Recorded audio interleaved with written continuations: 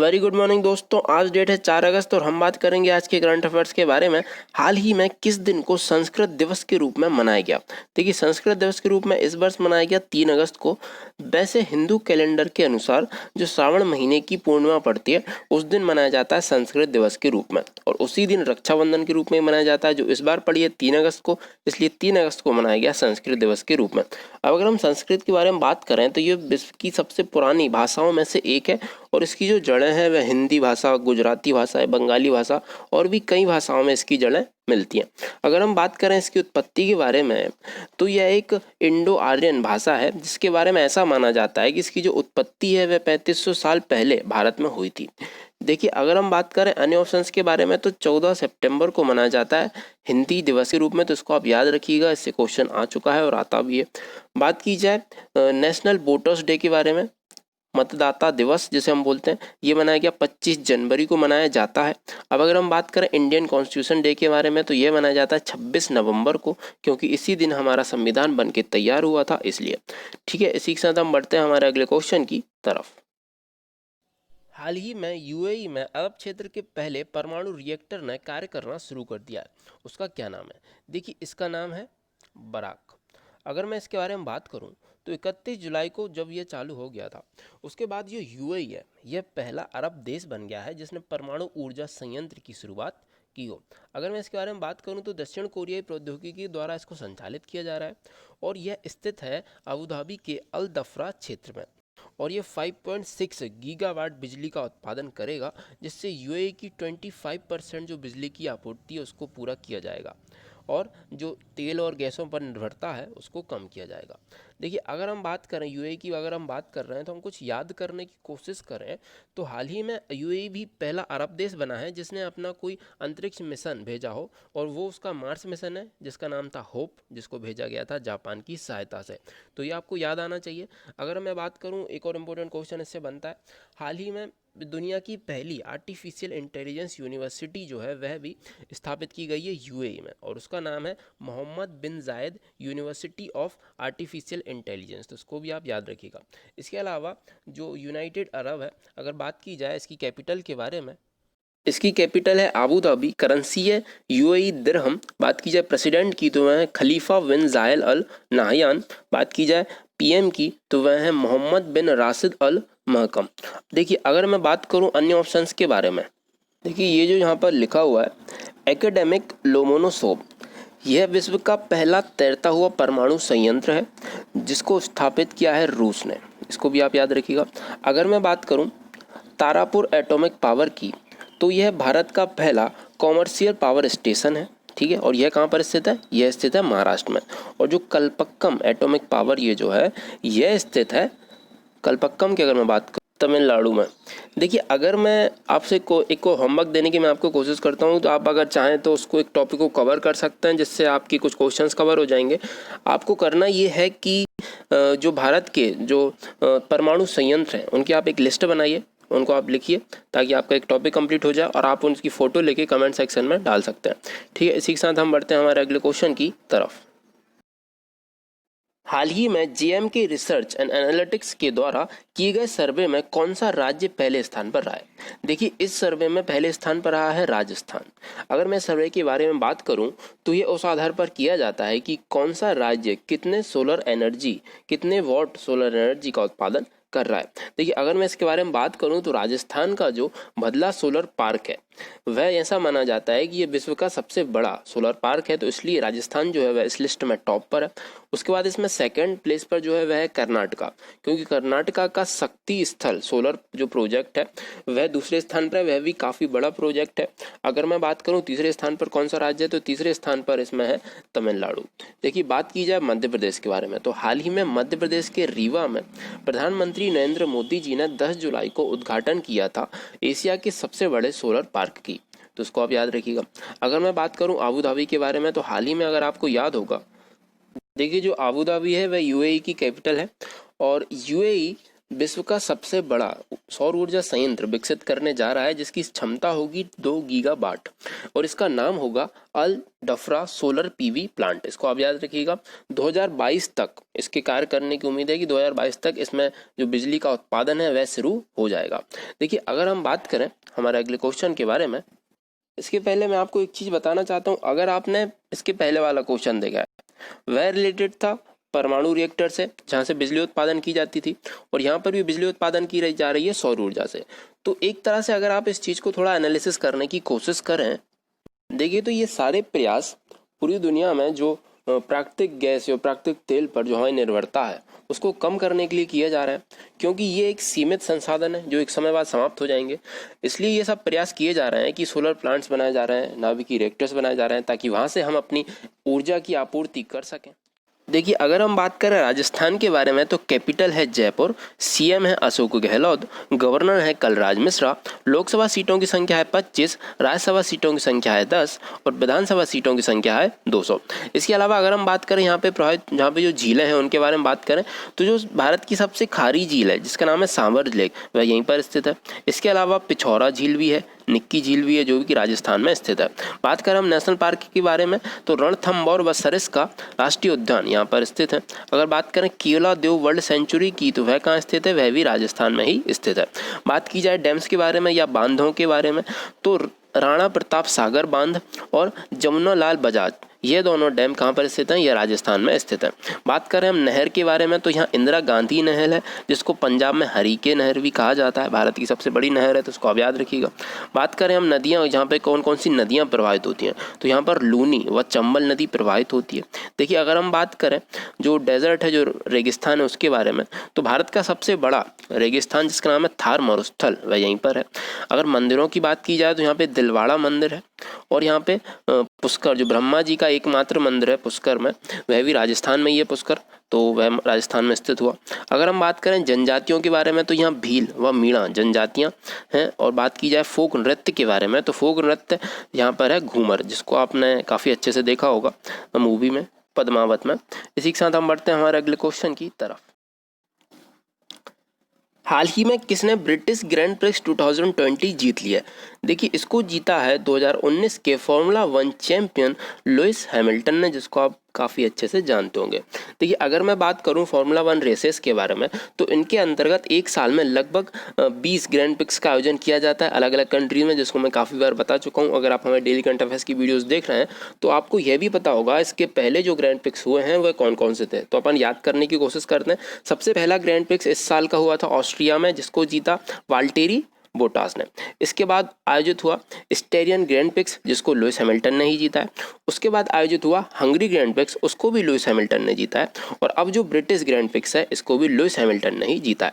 देखिए, अगर मैं बात करूं लुइस हैमिल्टन जी के बारे में, ये ब्रिटेन के रेसर है और ये मर्सिडीज गाड़ी को चलाते हैं। देखिए, अगर मैं बात करूं अन्य ऑप्शंस के बारे में तो जो ब्रिटिश ग्रैंड प्रिक्स हुआ था इसमें सेकंड प्लेस पर रहे मैक्स वर्स स्टेपन और यह चलाते हैं रेड बुल कार को।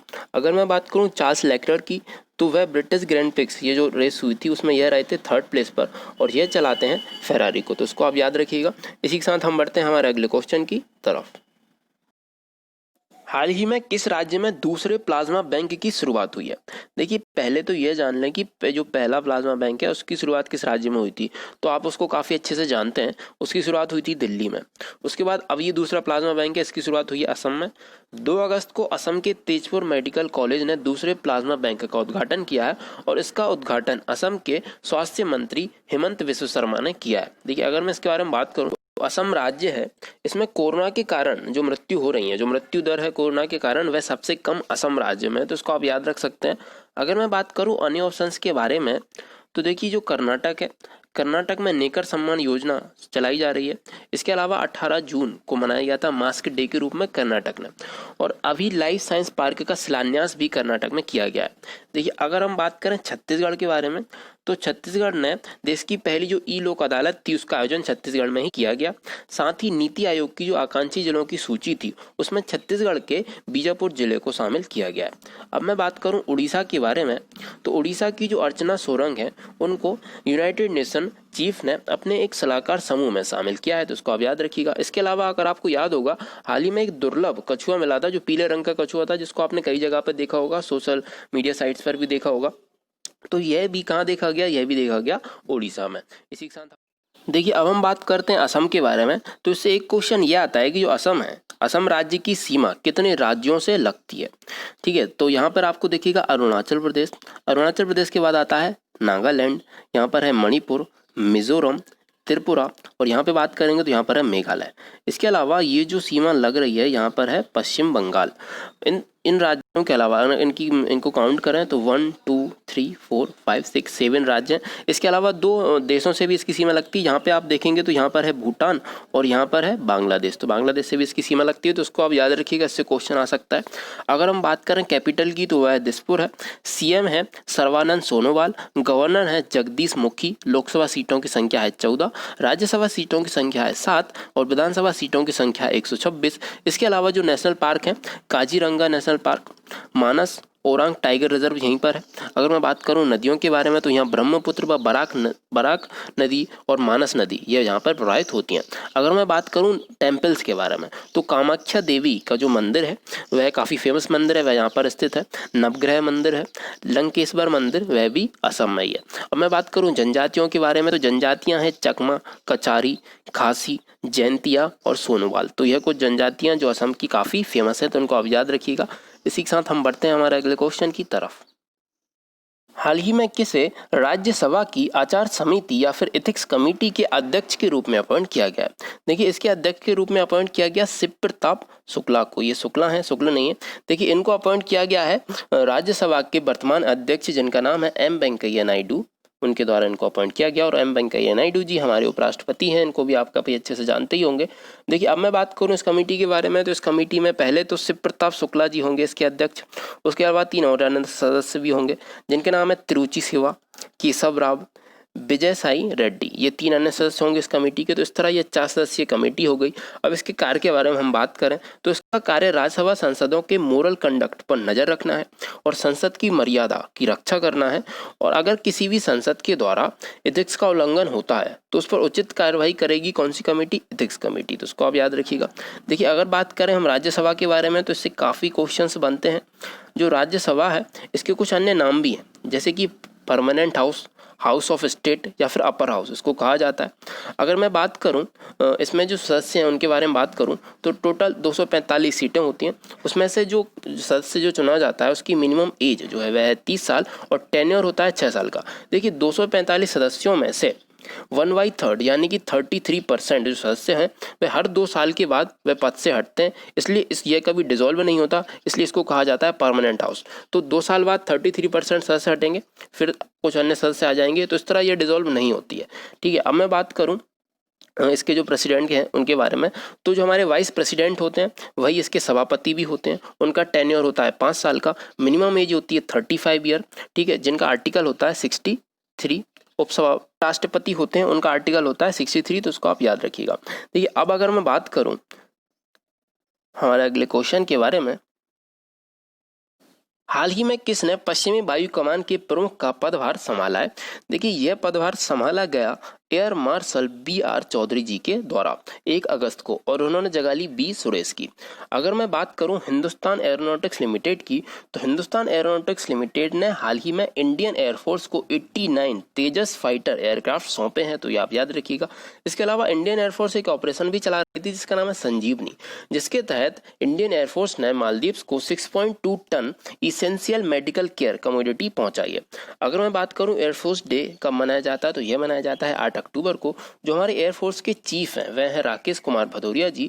स्थापना हुई थी 1932 को, इसका हेडक्वार्टर है दिल्ली में। इसके अलावा अगर हम बात करें अन्य ऑप्शंस के बारे में तो जो मनोज पांडे हैं इनको हाल ही में अंडमान एंड निकोबार कमांड के कमांडर इन चीफ के रूप में अपॉइंट किया गया है। MA हम्पी होली के बारे में अगर हम बात करें तो इनको हाल ही में इंडियन नेवल एकेडमी के कमांडेंट के रूप में अपॉइंट किया गया है। हाल ही में नितिन गडकरी जी ने खादी अगरबत्ती आत्मनिर्भर मिशन की शुरुआत की है। वह किस मंत्रालय के मंत्री हैं? देखिए, यह मंत्री हैं, एमएसएमई मिनिस्टर हैं, हम इनको काफ़ी अच्छे से जानते हैं। अगर हम इस मिशन के बारे में बात करें तो यह जो मिशन है, इसके अंतर्गत भारत में जो अगरबत्ती का प्रोडक्शन है, उस मामले में भारत को आत्मनिर्भर बनाना इसका एक उद्देश्य है। इसके अलावा ज़्यादा से ज़्यादा लोगों एवं जो माइग्रेंट्स वर्कर्स हैं, जो कोरोना के कारण अपने राज्यों में वापस आ गए हैं, उनको रोजगार उपलब्ध कराना इसका मुख्य उद्देश्य है। और यह प्रोग्राम खादी एवं विलेज इंडस्ट्री कमीशन के द्वारा प्रपोज किया गया है। इसका सबसे बड़ा लाभ यह होगा कि इससे ग्रामीण इलाकों में रोजगार आसानी से पहुंचाया जा सकेगा, रोजगार वहां पर उपलब्ध कराया जा सकेगा। देखिए, अगर बात की जा रही है एमएसएमई की, तो हाल ही में सिडबी और ट्रांस यूनियन CIBIL ने मिलकर एमएसएमई सक्षम पोर्टल लॉन्च किया है, तो उसको आप याद रखिएगा। अगर मैं बात करूं अन्य ऑप्शंस के बारे में, तो जो ट्राइबल अफेयर्स मिनिस्ट्री है, इसको हाल ही में स्कॉच गोल्ड अवार्ड से सम्मानित किया गया है। अगर मैं बात करूं मंत्री के बारे में, तो जो हमारे ट्राइबल अफेयर्स के मिनिस्टर हैं वह है अर्जुन मुंडा जी। बात की जाए मिनिस्ट्री ऑफ अर्थ साइंस के बारे में, तो देखिए, मिनिस्ट्री ऑफ अर्थ साइंस ने हाल ही में नॉलेज रिसोर्स सेंटर नेटवर्क की शुरुआत की है और इसके जो मंत्री हैं वह हैं हर्षवर्धन। अगर मैं बात करूं होम मिनिस्ट्री की, तो हमारे जो होम मिनिस्टर हैं वह हैं अमित शाह। इन्होंने हाल ही में दिल्ली से वृक्षारोपण अभियान की शुरुआत की है, तो इसको आप याद रखिएगा। इसी के साथ हम बढ़ते हैं हमारे अगले क्वेश्चन की तरफ। हाल ही में HP ने किसे अपने MD के रूप में अपॉइंट किया है? तो HP ने केतन पटेल को अपने MD के रूप में अपॉइंट किया है। अगर मैं इनके बारे में बात करूं, तो जो केतन पटेल हैं, इनको भारत, बांग्लादेश व श्रीलंका में कंपनी के कारोबार की जिम्मेदारी दी गई है। अगर मैं बात करूं HP के बारे में, तो स्थापना हुई थी 1939 में, हेडक्वार्टर है कैलिफोर्निया में। अगर मैं बात करूं इनकी जो HP का फुल फॉर्म क्या है, तो HP का फुल फॉर्म है हेवलेट और पैकर्ड। जो हेवलेट है वह एक व्यक्ति का नाम है, जो इसके संस्थापक हैं विल हेवलेट और डेविड पैकर्ड। उन दोनों व्यक्तियों ने मिलकर इस कंपनी की स्थापना की थी, इसलिए इसका नाम रखा गया HP। अगर मैं बात करूं अन्य ऑप्शंस के बारे में, तो जो रोशनी मल्होत्रा है, रोशनी मल्होत्रा SCL की चेयरपर्सन है। सामंत गोयल रॉ के हेड हैं। अगर मैं बात करूं एन सिब्रावन की, तो जो एन सिब्रावन है, यह रेटिंग एजेंसी ICRA के MD व CEO हैं। इसी के साथ हम बढ़ते हैं हमारे अगले क्वेश्चन की तरफ। हाल ही में किस बैंक ने कोना कोना उम्मीद कैंपेन लॉन्च की है? तो यह लॉन्च की है कोटक महिंद्रा बैंक ने। कोटक महिंद्रा बैंक ने कोरोना वायरस महामारी में अपने ग्राहकों में आशा व विश्वास बनाए रखने के लिए कोना कोना उम्मीद कैंपेन की शुरुआत की है और यह अभियान 2 महीने तक चलेगा। इसमें ग्राहकों को ऑफर्स दिए जाएंगे एवं भारी छूट दी जाएगी। इसके अंतर्गत bank shopping, personal care, education, fitness व साइबर केयर एवं सिक्योरिटी जैसे कई श्रेणियों में ऑफर्स प्रदान करेगी। कोटक महिंद्रा बैंक की अगर हम बात करें, तो इसकी स्थापना हुई थी 2003 में, हेडक्वार्टर है मुंबई में। वर्तमान में इसके MD व CEO हैं वह उदय कोटक और इसकी जो टैगलाइन है वह है लेट्स मेक मनी सिंपल। अब अगर मैं बात करूं अन्य ऑप्शंस के बारे में, तो जो भारतीय AXA जनरल इंश्योरेंस है, इसने हाल ही में एक अभियान की शुरुआत की है जिसका नाम है बहुत ज़रूरी है। बात की जाए पेटीएम मनी के बारे में, तो हाल ही में पेटीएम मनी के CEO अपॉइंट किए गए वरुण श्रीधर। बात की जाए SBI कार्ड्स के बारे में, तो हाल ही में SBI कार्ड्स व IRCTC दोनों ने मिलकर कॉन्टैक्ट लेस क्रेडिट कार्ड को लॉन्च किया है, तो उसको आप याद रखिएगा। इसी के साथ हमारा अगला क्वेश्चन। हाल ही में किसने उत्कृष्ट पत्रकारिता के लिए प्रेम भाटिया पुरस्कार जीता है? तो देखिए, यह पुरस्कार जीता गया इंडियन एक्सप्रेस के पत्रकार दीपांकर घोष एवं People's Archive of India website के द्वारा। अब यह पुरस्कार इनको क्यों दिया गया? क्योंकि उन्होंने कोरोना में इनको जो कवर किया था एवं जो जागरूकता फैलाई थी लोगों के बीच में कोरोना के लिए, तो उसके लिए इनको यह सम्मान दिया गया है। अगर मैं बात करूं People's Archive of India website के बारे में, तो यह ग्रामीण भारत में पहली पत्रकारिता के लिए वेबसाइट है। अगर मैं बात करूं अन्य ऑप्शंस के बारे में, तो जो आदित्य है, आदित्य ये पहली सौर ऊर्जा से चलने वाली नाव है। इसके बारे में काफ़ी बार डिस्कस कर चुके हैं। इसको गुस्ताव ट्रावे अवार्ड से सम्मानित किया गया है।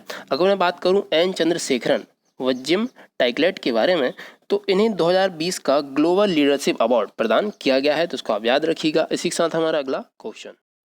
हाल ही में उत्तर प्रदेश की किस कैबिनेट मंत्री का निधन हो गया है? तो इनका नाम है कमल रानी वरुण। कमल रानी वरुण जी जो हैं, यह उत्तर प्रदेश गवर्नमेंट में तकनीकी शिक्षा मंत्री के रूप में कार्यरत थी।